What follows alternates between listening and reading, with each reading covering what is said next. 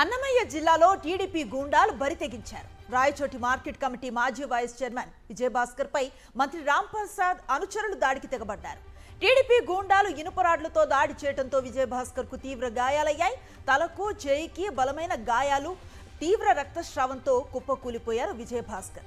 ఆయన్ను కుటుంబ సభ్యుల ఆసుపత్రిలో చేర్పించారు.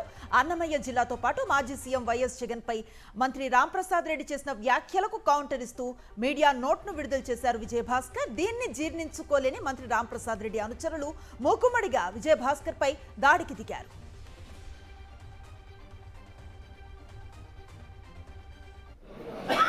వాళ్ళు ఇష్టం వచ్చినట్టు కొడతారు, అడుక్కుంటే కాళ్ళు పట్టుకుంటే వదలలే, కొట్టి వాళ్ళ ఫోటోలు తీసుకొని తలగా వెళ్ళిపోయిన తర్వాత పడిపోయినా నేను చూడలేక పడిపోతే ఫోటోలు తీసుకొని పోతాను. ట్యూబ్ లైట్లతో కూడా కొట్టాను.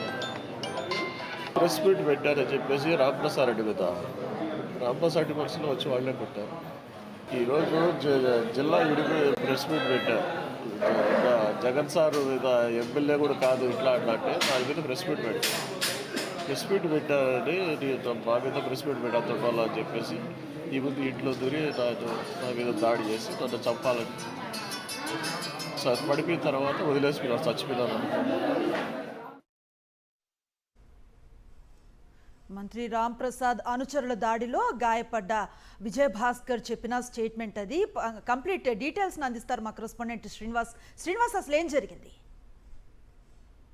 అన్నమయ్య జిల్లాలో ముఖ్యంగా ఏదైతే మంత్రి రాంప్రసాద్ రెడ్డి ఆధ్వర్యంలో ఒక ఆటవిక రాజ్యమవుతుందనేది అయితే స్పష్టంగా చెప్పొచ్చు. ఎందుకంటే వైఎస్ఆర్ కాంగ్రెస్ పార్టీ శ్రేణుల్ని టార్గెట్ చేస్తూ దాడులు చేస్తున్న పరిస్థితి ఉంది. గతంలో కూడా ఒక ఎంపీపీకి సంబంధించి ఇంటి మీద దాడి చేసి తీవ్రంగా కొట్టినటువంటి పరిస్థితి ఉంది. అంతేకాకుండా మొత్తం ఇల్లంతా కూడా ధ్వంసం చేసిన పరిస్థితి. ఇప్పుడు తాజాగా ఏదైతే అన్నమయ్య జిల్లాని రెండుగా ముక్కలు చేసినటువంటి నేపథ్యంలో కొంత ప్రెస్ మీట్ పెట్టి ఏదైతే వైఎస్ జగన్మోహన్ రెడ్డిని విమర్శించారనేటువంటి ఉద్దేశంతో మంత్రి మీద ప్రెస్ మీట్ పెట్టి మాట్లాడిన నేపథ్యంలోనే ఇంకా తమను విమర్శించడానికి కానీ మాట్లాడటానికి కానీ వీల్లేదు, తమపై ప్రెస్ మీట్ పెట్టడానికి వీల్లేదని చెప్పేసి మూకుమ్మడిగా దాదాపు ఒక 50 మంది కర్రలు రాడ్లు తీసుకుని లైట్లన్నీ వీధిలో ఉన్నటువంటి లైట్లన్నీ కూడా పగలగొట్టేసి ఇంటి మీద దాడి చేసినటువంటి పరిస్థితి అయితే స్పష్టంగా ఉంది. అతనికి తీవ్రమైనటువంటి తలకి గాయాలైతే అంత పాశవికంగా వ్యవహరించారంటే గాయాలైనటువంటి మనిషిని కూడా ఏదైతే విజయభాస్కర్ ఉన్నారో ఆయన ఫోటోలు తీసుకొని మరి మంత్రికి పంపించారు, లేకపోతే మంత్రి అనుచరులకు పంపించారో కూడా దాదాపు అయితే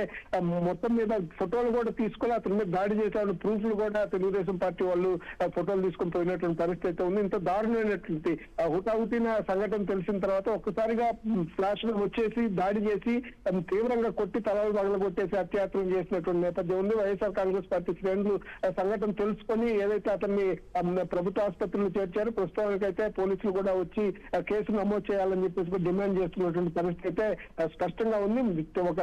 కేవలం ఒక ప్రెస్ మీట్ పెట్టారు, భావ ప్రకటన స్వేచ్ఛలు ప్రెస్ మీట్ పెట్టి తమ అభిప్రాయాన్ని వ్యక్తం చేశారనే ఉద్దేశంతోనే మంత్రికి వ్యతిరేకంగా కానీ తెలుగుదేశం పార్టీకి కుటుంబ ప్రభుత్వానికి వ్యతిరేకంగా ఈ విధంగా ప్రెస్ మీట్లు పెట్టడానికి వీల్లేదని ఒక హుకుం జారీ చేస్తున్నటువంటి పరిస్థితి అయితే అన్నమయ్య జిల్లాలో ముఖ్యంగా రాయచోట్ల రాజ్యం వెళ్తుంది. Right, thank you Srinivas.